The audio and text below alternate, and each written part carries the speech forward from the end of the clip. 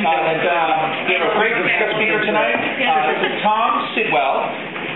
We'll give him a round of applause. Tom and his dad are from Melbourne, Australia. Yeah, and they came all the way here just for this? Yes, he did. Yes, he did. No, I'm not sure why he's here, but I'm glad he is. Anyway, he contacted me just a few days ago, about a week ago, about speaking for us, and we were actually going to have a social event, so this is awesome. So anyway, ladies and gentlemen, Tom Sidwell, knock him out. I'm going to talk to you about the Australian experience with anti-vaccinations. How many of you, just show of hands, how many of you have heard of the AVN, the Australian Vaccination Network? Oh, okay. So would that have been through podcasts, or what would have been through blogs? I've been following Peter Bowden's for 10 years. He covered them before they were popular. Before they were popular, yeah. I saw him when he first did it in the 1999. Okay, so just keep going, Tom. Okay, Tom Sidwell. I'm currently doing a Bachelor of Science at Monash Uni in Melbourne. I've just finished my third year, majoring in immunology and microbiology, going into an honours year. Do you have that year? Okay, it's a fourth year, but it's basically just doing research for the entire year and doing a mini thesis on it. Yes, I'm a Cub Scout leader, and I got to anti-vaxxers through skepticism, not through some of the other panels I'll be talking about. But yeah, and I see it more as an immunology major, as a defensive science than anything. So the Australian Vaccination Network, they've been going since 1994, and for a long time they're an anti-vaccine organisation, and for a long time they were the go-to guys for any news story on vaccine for the other side. We all know there's a problem of false balance in the media. The people in the media are always told, get the other side. And it doesn't matter if one side has 99% of the evidence and there's a bit of a grey area here. You give each equal time. And so local newspapers, and especially local radio, were often given, often go to the Australian Vaccination Network and for a quote whenever a vaccine story was in the news. Anyway, so for a long time, they just had free reign. They were people that you would go to for a quote. There was a very, very, very small number of people who were fighting against them. You mentioned Peter Bowden. There's also a few local nurses that should be mentioned, Marianne Trent and Sue Page, that did some really great stuff. But even they didn't have numbers. The Australian Vaccination Network had membership of over 1,000 members. Anyway, so what happened is over the last 2 years, they've gone from the go-to guys on a vaccine story to some people that the media won't touch with a barge pole. And I'm here to tell you why. So the backlash started in 2009. This baby, Dana Elizabeth McCaffrey, died of pertussis infection, whooping cough. The Australian Vaccination Network operates out of a northeastern corner of Australia that has amazingly low vaccination rates. In fact, from figures at least last year, they had the lowest pertussis rate of any area in Australia. Vaccination rate of any area in Australia. The parents didn't even know that there was a pertussis outbreak at the time. They lost their daughter. And it's a really, really sad story. They're just an ordinary pair of people. They didn't want to, they said on TV they didn't want to become vaccination crusaders. It's the government's job. They should be informing people that there's an outbreak in this area. The government completely dropped the ball on this. They should be informing people there's a vaccine, and because we now use the Axelia vaccine, the effectiveness, it wears off after 10 years.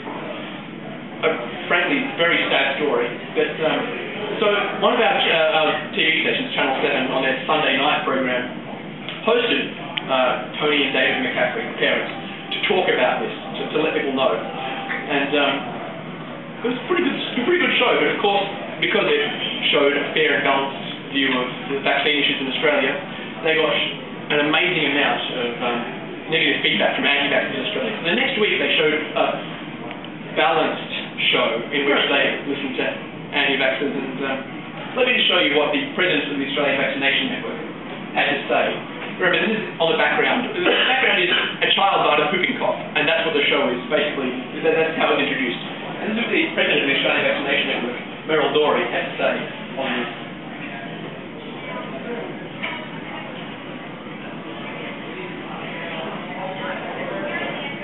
Okay. The volume is turned up all the way on speakers.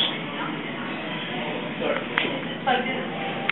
Oh, this should work now. Sorry. Now, we have a medical community that's saying if you get measles, if you get whooping cough, you're going to die from it. Well, where is the information from that? You didn't die from it 30 years ago, and you're not going to die from it today. You heard that correctly.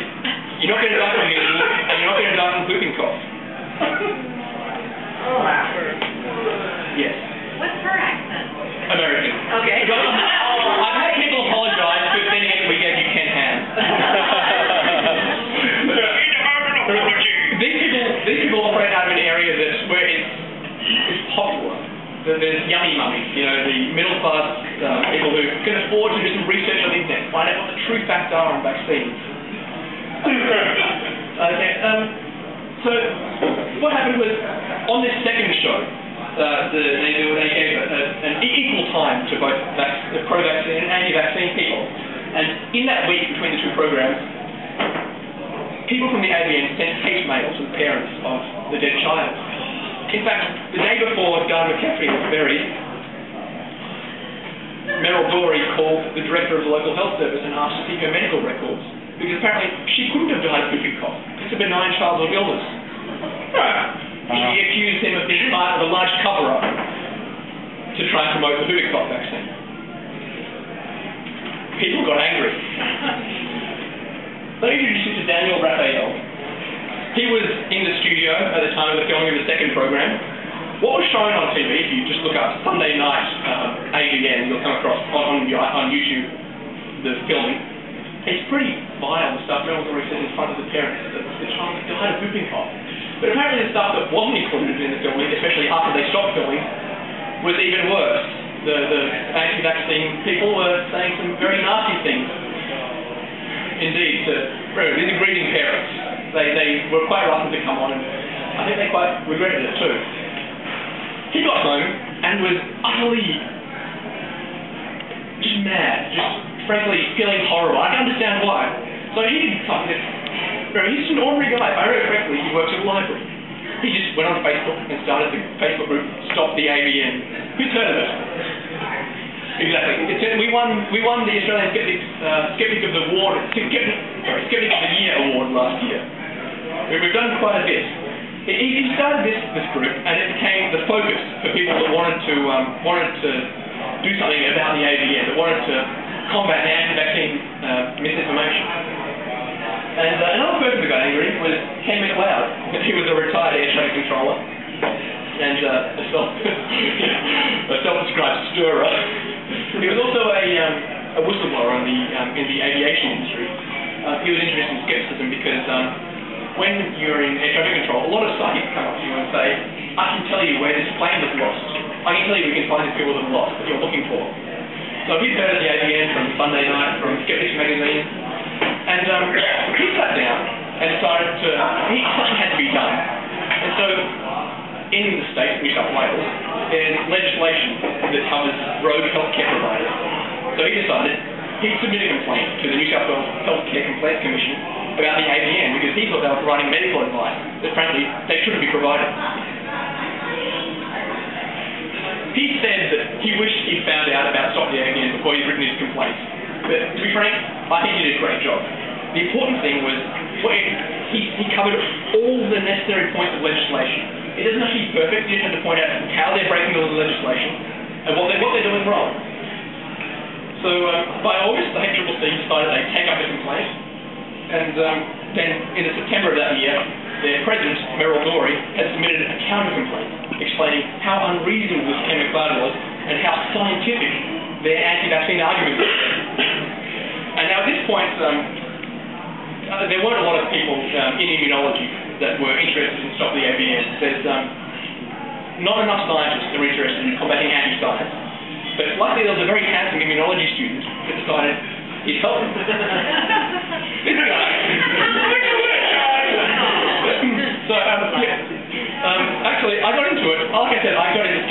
through the Skeptics Guide to the Universe, I heard Dr. Rachel Dunlop, talking about the anti-vaccination network on the SGU. And I thought, hey, I've done a bit of immunology, maybe I could lend a hand here. So I got onto the Facebook group, I had a look at what was happening, I had a look at this counter-complaint submitted by Meryl Dory. Things weren't right. The scientific references she submitted didn't quite add up. So, there were about 20 citations all up. And there were two sections that had most of them in it. One had 10 citations in it. This was the supposed link between autism spectrum disorders and vaccination. You've all heard of Andrew Wakefield, right? Yeah. Ex-Dr. Andrew Wakefield.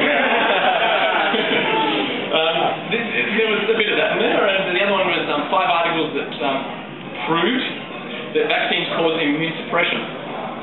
So, I started off with the 10 articles that show a link between autism spectrum disorders and vaccines, or apparently do. Of all these 10 articles, only 3 were by people that hypothesized an ASV vaccine link. Only 3 of these 10. Of these 10, 2 of them were from, well, one was from Medical Veritas, the Journal of Medical Truth, and the other was from the Journal of the American Association of Physicians and Surgeons. Both of these are non-peer-reviewed, far to one side, conspiracy journals. And the other one that supported what she said was actually a review, which didn't introduce any new information, co-authored by a certain Andrew Wakefield. And of the immunosuppression articles, of those 5 peer-reviewed journal articles that show that vaccines suppress the immune system, 2 weren't peer-reviewed journal articles, they were letters. And of all 5, none of them suggested this. The remaining 5 or so references, all were just equally unsupportive of her statement. Something was wrong here. Of 20 citations, not one was reasonably supported what Meryl Dory had said. That's the president of the AVN. Something was wrong here. So what I did is I wrote to the HCCC, I did several analyses of her references, and pointed out that, frankly, none of this makes sense. Then a few months later, the HCCC finished their initial complaint write-up, and they sent her their first draft of their report. And she acknowledged that none of the articles supported what she said, but for a reason. She said, "It is true that oftentimes our information will contradict the conclusions or summaries of the studies. This is because, as opposed to most doctors and government officials, we actually read the studies." Bullshit. Yeah, and frequently, the summary and conclusion does not agree with the raw data itself. Remember, these are journal articles. Who has read journal articles? You don't include raw data. It's all processed. It's all in figures. With the raw data itself. It is as if there were a disconnect between the findings of the study and the research itself. Many times that disconnect can be explained by the financial links between the study's researchers and the companies whose products are being studied. Conspiracy. So, whilst the AVN does frequently draw different conclusions to those printed at the end of these articles, it's because our analysis of the data shows that those printed conclusions do not correspond with the raw data. This is not selective reporting, it is accurate reporting. So, what's more, this didn't make any sense. Her rebuttal, in fact, showed greater ignorance of the studies she'd cited. Something was really wrong here. So, as it turns out, there was something else in that. One article I noticed was completely unrelated to vaccines. Something was up. This is a section in her complaint in which she chastises Ken McLeod, who submitted the initial complaint, because he cites the UK National Health Service for he cites them in their description of the measles, the reactions to measles virus. Measles is a horrible disease. It can kill you. It has all sorts of horrible reaction rates. And Meryl Dory says, "How dare he point this out? I've never seen an initial, the primary studies support these figures he presents."